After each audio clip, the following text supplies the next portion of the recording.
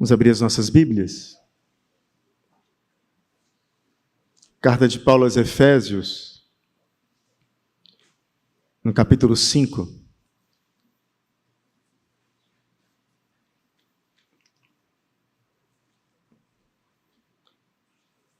A partir do verso 18.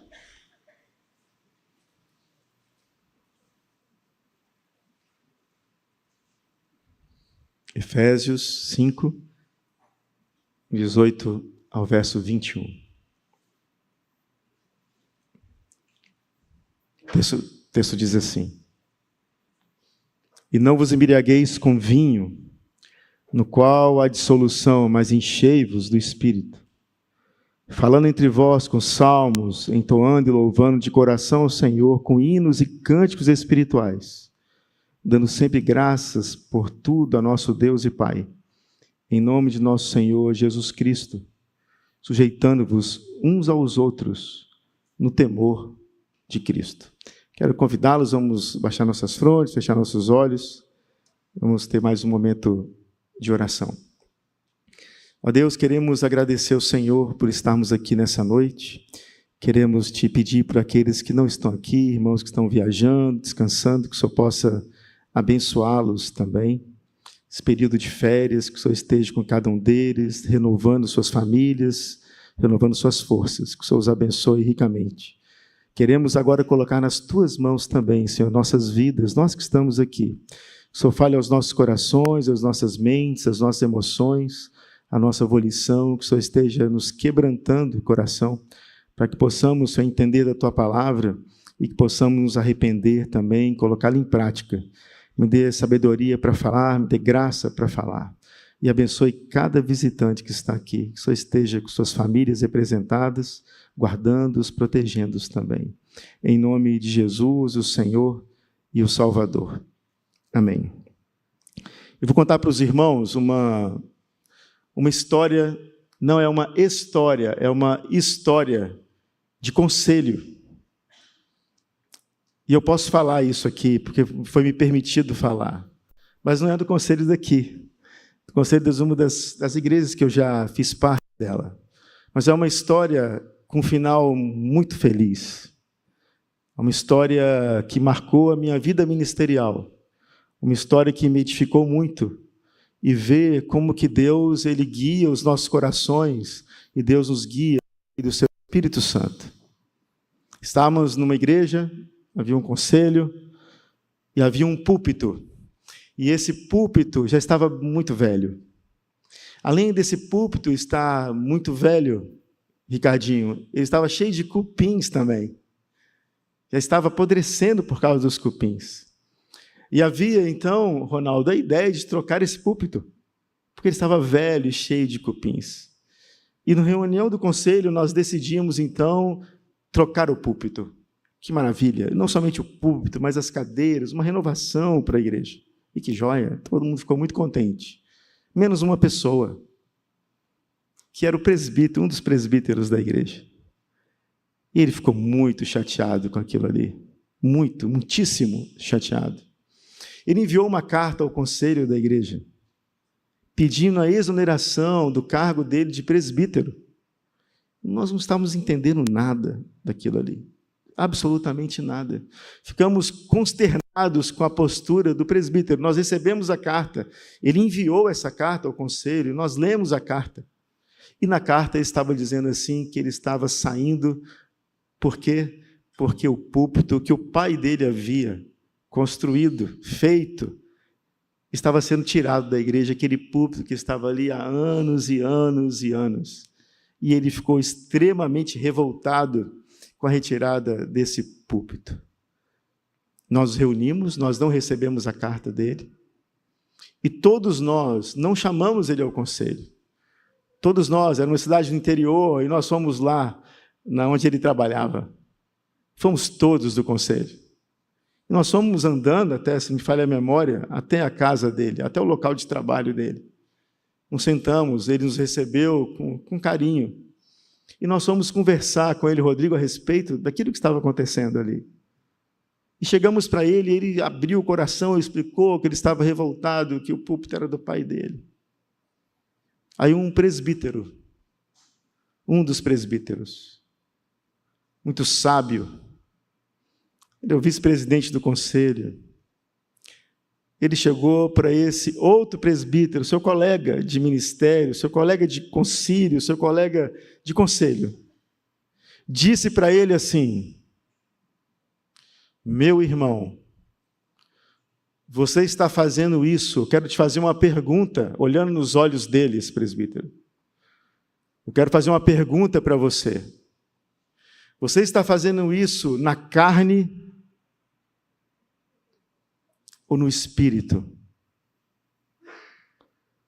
A sua postura diante dessa situação, você está fazendo isso e pedindo para sair por causa daquilo que você colocou para nós. Você está fazendo isso na carne, movido pela carne, ou você está fazendo isso movido pelo Espírito Santo de Deus?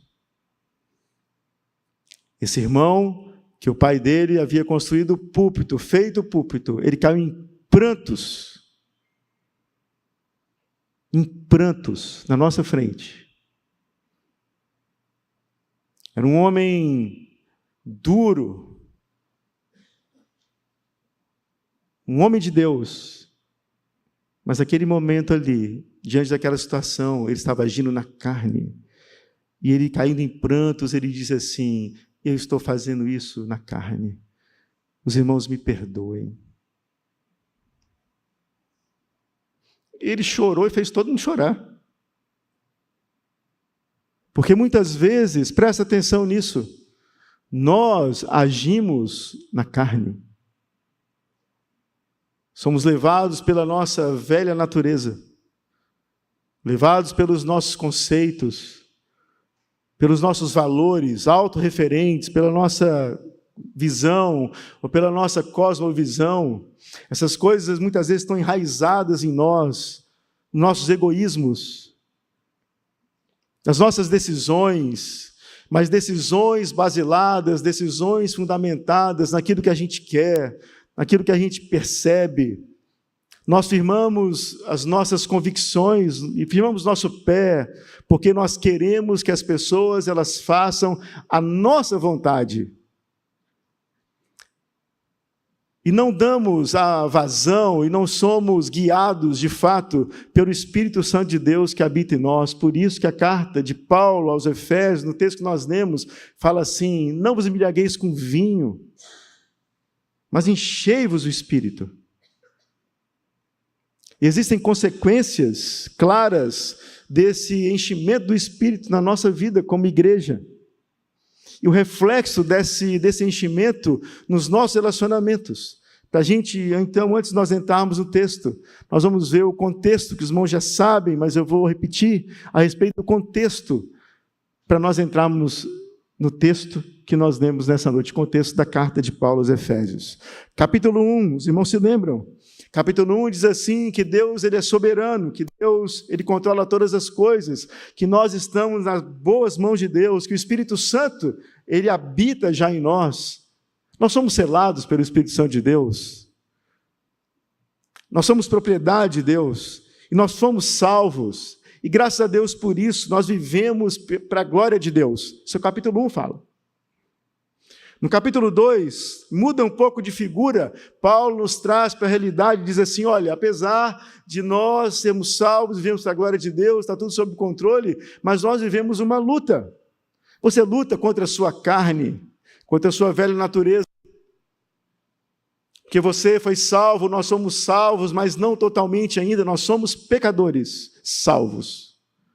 E nós lutamos também contra o mundo, contra o século, contra esse sistema, que significa é um facilitador para fazermos aquilo que é errado. O sistema que é contra Deus, o sistema emancipado de Deus, o sistema que não crê na Escritura, o sistema que não está nem aí para a palavra de Deus, nos provoca, nos incita, nos tenta, pelo século, por esse sistema que unifica pensamentos. Isso está na mídia, isso está em todos os lugares. Nós somos cercados por um mundo, por um século, por um sistema que diz assim: Deus não existe, a palavra de Deus não é clara, a palavra de Deus não é palavra de Deus, viva do jeito que você quiser e dê vazão aos seus instintos. Esse é o sistema. E nós temos ainda uma terceira força, na verdade, um ser, uma terceira luta, que é contra o diabo, esse ser milenário, invisível, poderosíssimo, que está ao nosso derredor, como leão que ruge, procurando alguém para devorar, para tirar a sua fé.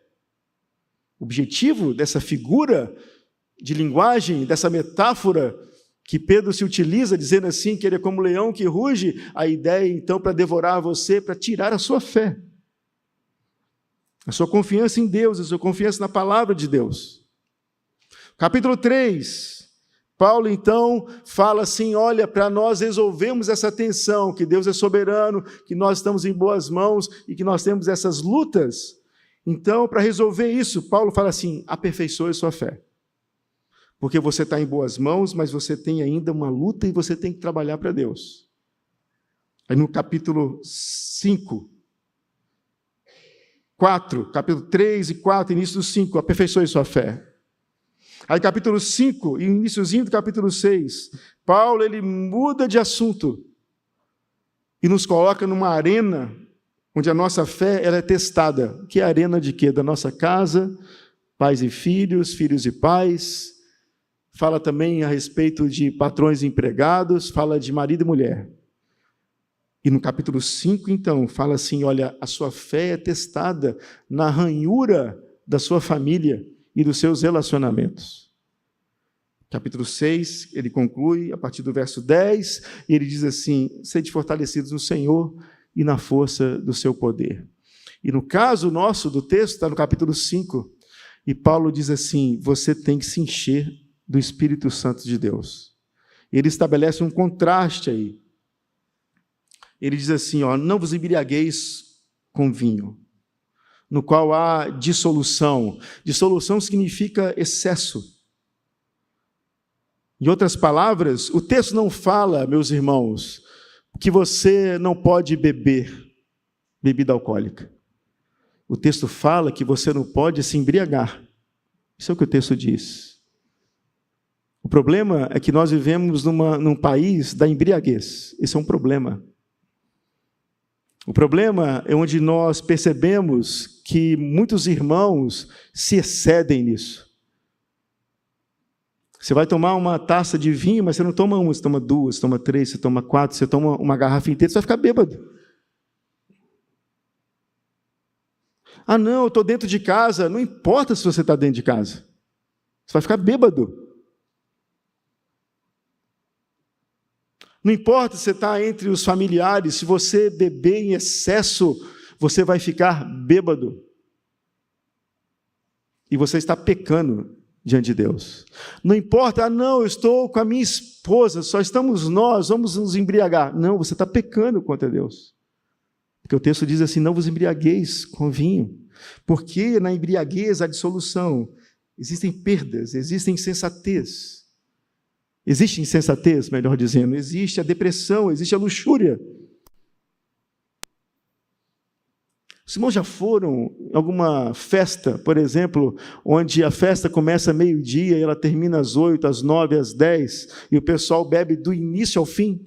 Está todo mundo bêbado já no final. Festa de amigos, de parentes. Nós temos que ter consciência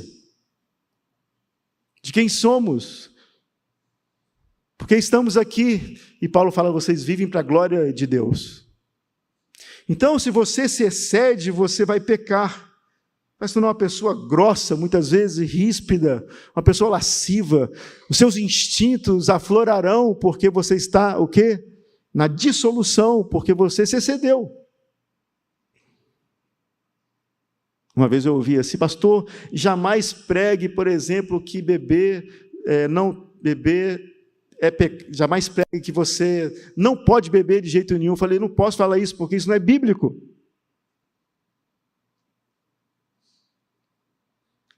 Mas eu posso falar que se você beber demais, além, você está pecando, isso sim, porque há dissolução. A embriaguez está errada. Deu para entender, meus irmãos? Ficou claro, né? Claríssimo. Falta só desenhar. Não é assim? Então estabelece um contraste: não vos embriagueis com vinho, no qual há dissolução, mas enchei-vos do Espírito. O enchimento do Espírito é por quê? Porque primeiro você tem o Espírito.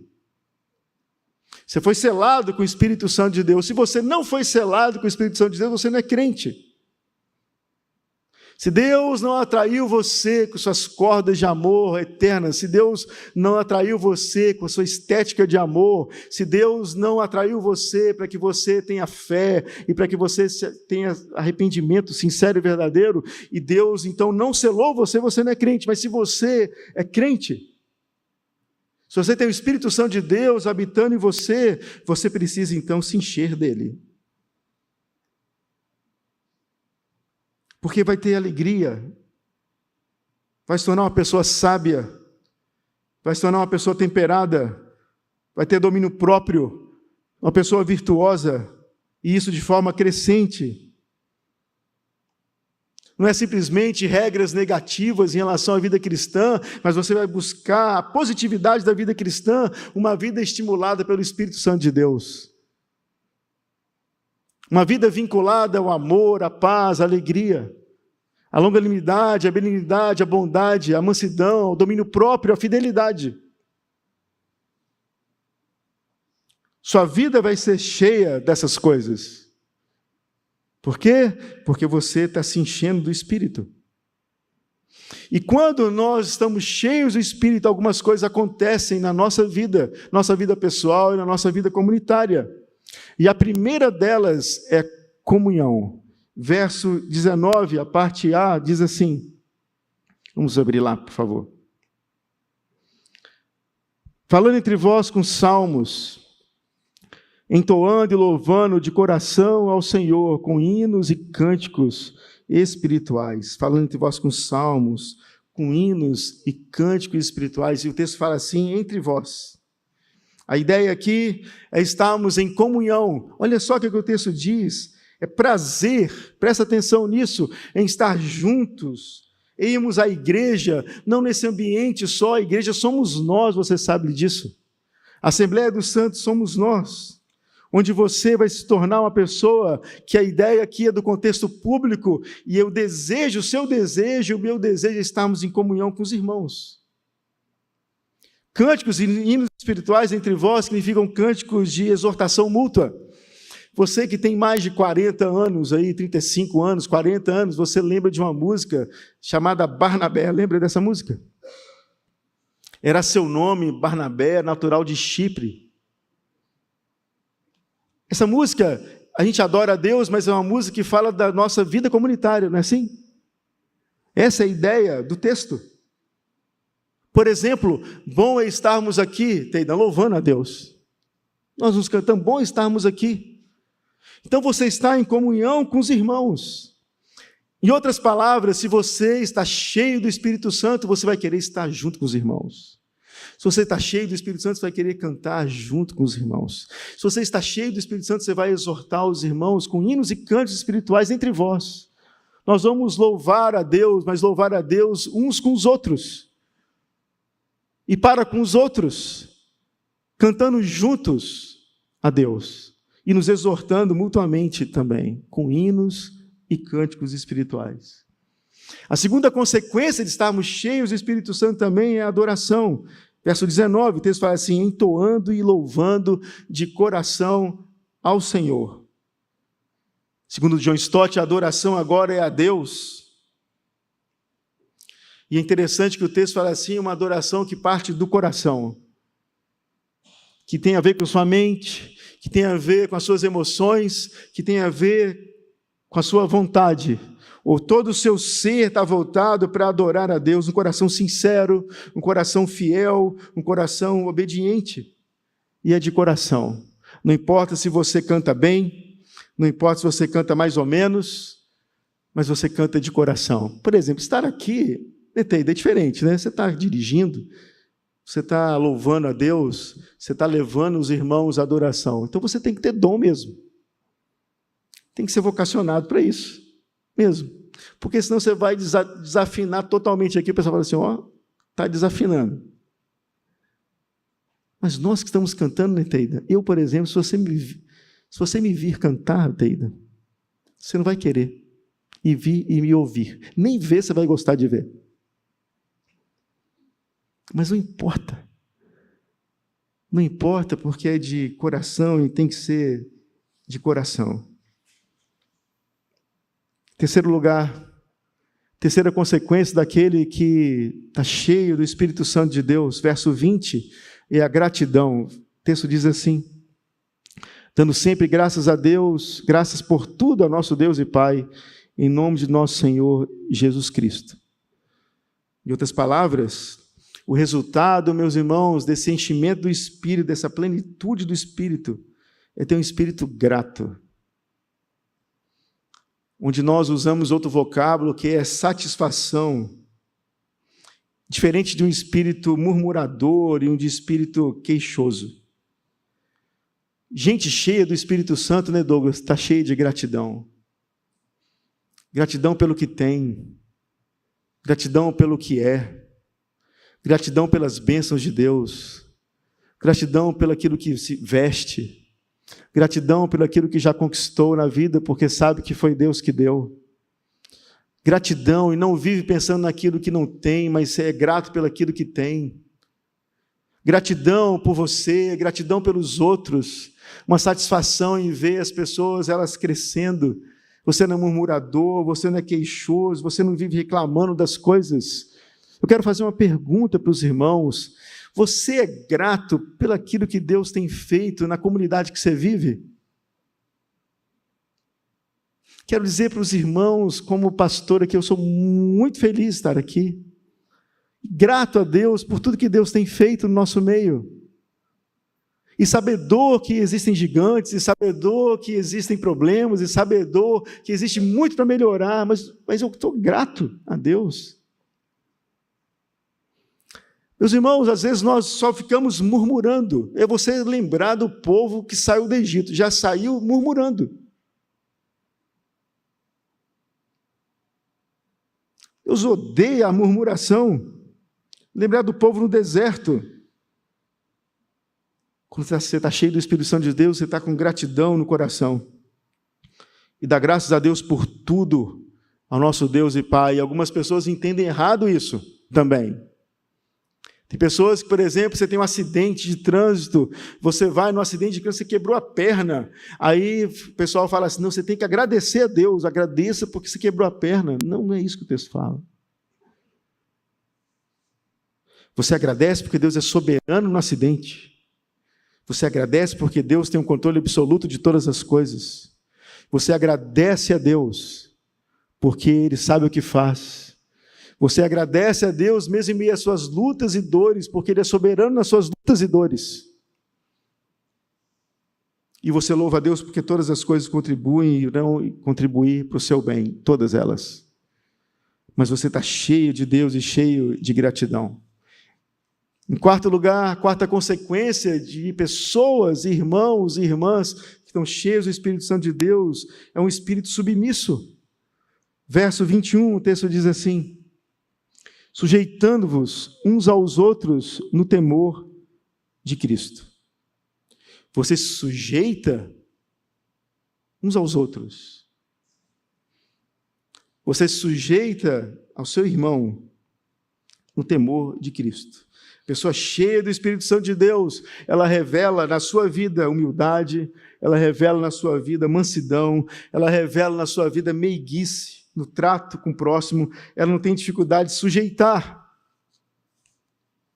Por isso que o texto depois fala assim, olha, maridos, amai vossas esposas, esposas, sejam respeitosas aos vossos maridos, filhos, sejam obedientes aos vossos pais, pais, não tratem seus filhos com ira, não provoquem, melhor dizendo, seus filhos a ira. Empregados, sejam bons empregados. Patrões, sejam bons patrões. Por quê? Porque essa turma toda, ela está cheia de Deus. E ela vai se sujeitar uns aos outros, em cada um no seu papel. Essa é a ideia do texto. Calvino diz assim, abro aspas aqui: de onde procede a rudeza, a soberba e a linguagem desdenhosa lançada contra os irmãos? De onde procedem as questiúnculas, linguajar dele, né? Os insultos, as reprimendas duras, senão do fato de cada um amar excessivamente a si próprio e de buscar em demasia seus próprios interesses? Aquele que se faz, ou melhor, aquele que se desfaz da arrogância e cessa de agradar a si mesmo ou a si próprio, se tornará manso e acessível. E agora eu completo a todos os irmãos. Quando nós somos duros, quando nós somos críticos vorazes, quando nós somos murmuradores, quando nós somos pessoas dificílimas no trato, quando nós só julgamos, quando nós jogamos bola nas costas, no linguajar coloquial, quando nós fazemos inferno, é porque, na verdade, nós estamos agindo o quê? Na carne.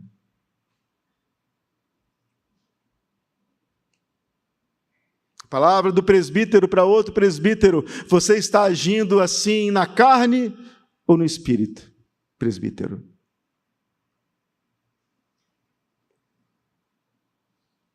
E graças ao bom Deus, eu tive a graça de ver um homem de Deus, quebrantado, crente, se arrependendo, chorando e pedindo perdão, porque ele estava agindo na carne. Pessoa cheia do Espírito Santo de Deus, ela é submissa, ela abandona a ira, a gritaria, a fúria, a rispidez, ela abandona o olho por olho, o dente por dente, o orgulho soberbo, porque ela aprendeu a se submeter às pessoas.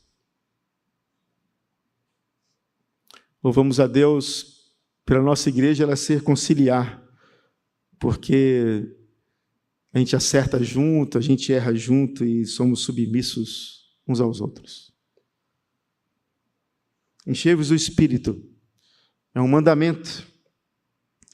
E é interessante nós percebermos os verbos no mandamento. O verbo está no modo imperativo, não é uma opção. É uma ordem suprema para você e para mim. Não é algo que nós podemos falar assim, não, eu vou talvez. Não, é uma ordem.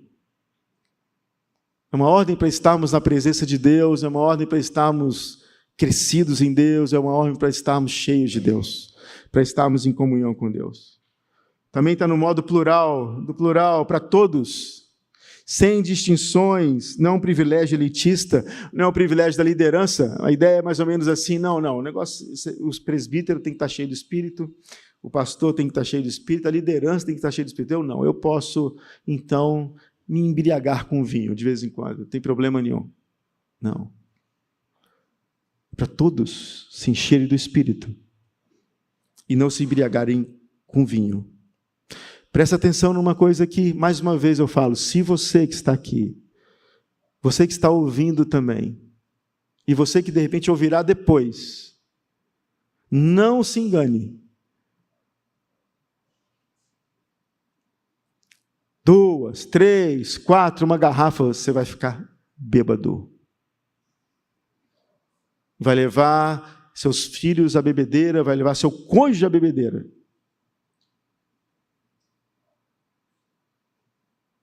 Isso tem a ver com as nossas festas de casamento, isso tem a ver com as nossas festas quaisquer.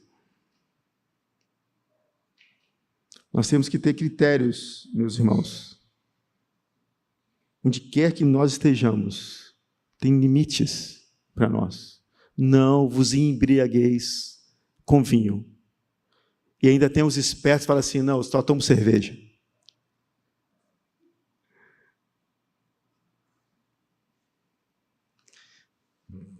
Está na voz passiva. No grego, o sentido é deixai-vos encher do Espírito. Ou, em outras palavras, deixai o Espírito encher-vos. Você procura, então, não entristecer o Espírito. Você procura, então, os meios de graça para que isso aconteça. O apóstolo Paulo, interessante, todas as suas cartas, ele fala a respeito disso, dá dicas para nós, de como nós vamos nos encher, ou nos deixar encher. Todas as cartas de Paulo, ele dá 7 dicas sempre. E juntando todas, você pode perceber isso. Para que você se fortaleça, para que você se encha do Espírito, você tem que estar buscando a palavra. Para que você seja cheio do Espírito, você tem que estar em adoração. Para que você seja cheio do Espírito, você tem que estar em comunhão com os irmãos. Para que você seja cheio do Espírito, você tem que estar orando, buscando a Deus. Para que você seja cheio do Espírito, você tem que viver uma vida santa, procurar ver seus erros, suas falhas e consertar as coisas. Para que você seja cheio do Espírito, você tem que fazer o quê? Ter boas obras também. E a ideia de boas obras é fazer o bem para as pessoas que convivem com você. Para que você seja cheio do Espírito, você tem que partir para a missão, onde você vai evangelizar as pessoas, onde você vai anunciar o Evangelho. Às vezes estamos capengando, porque nós não buscamos na palavra, nós não oramos, nós não nos santificamos, nós não queremos saber de evangelizar, nós não queremos ajudar as pessoas, nós nos eximimos de ajudar os outros. Nós não vamos para a missão, e vamos vivendo a nossa vida. Mas também está no tempo presente, o verbo que indica continuidade no grego, devemos continuar sendo cheios.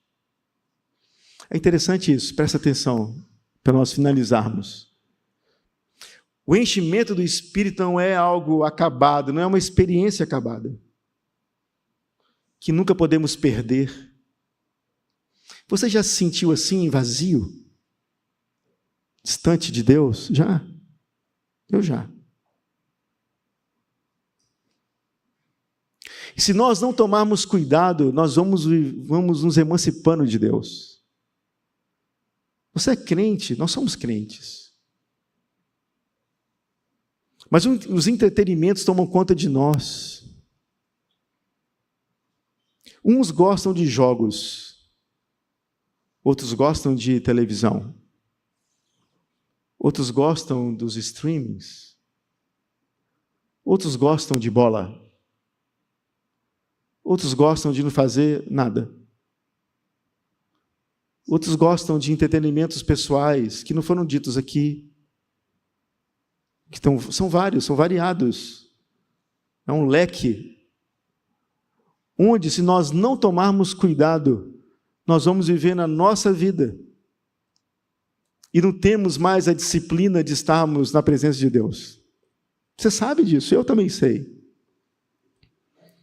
Onde nós vamos deixando a nossa Bíblia de lado, onde nós vamos deixando de orar, vamos deixando de buscar, onde nós, por exemplo, viemos no culto e, de repente, no horário do culto, nós vamos nos entretendo também no celular. Com toda sinceridade, melhor você ficar em casa. Melhor. Não tem problema nenhum, meus irmãos, estamos aqui, não é assim? E de repente, antes do culto, a turma estava vendo, e eu também interessado, quem ia ganhar, não é assim? Todos nós, né? Não tem problema nenhum. Somos gente, somos humanos. Mas adentramos na presença de Deus, vamos cultuar a Deus, se concentra. Você louva a Deus lá e você louva a Deus aqui, então você tem que estar aqui. Tem que louvar a Deus e tem que estar presente na palavra de Deus também, para ouvir. Senão você não está sendo íntegro também. Senão nós não entramos na solenidade santa e leve, estamos na presença de Deus.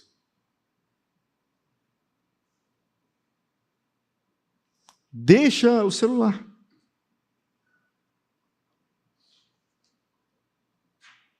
Esteja na presença de Deus.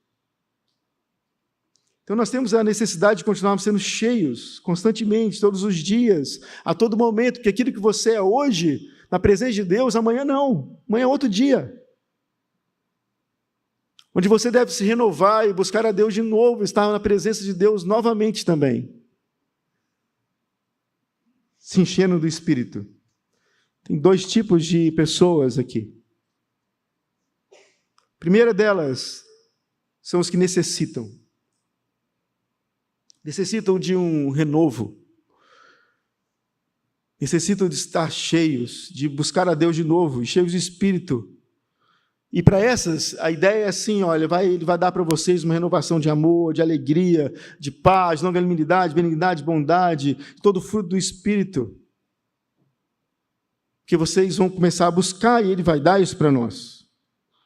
E o outro tipo é a turma que pensa que já está tudo bom e que você e eu, nós não precisamos crescer mais.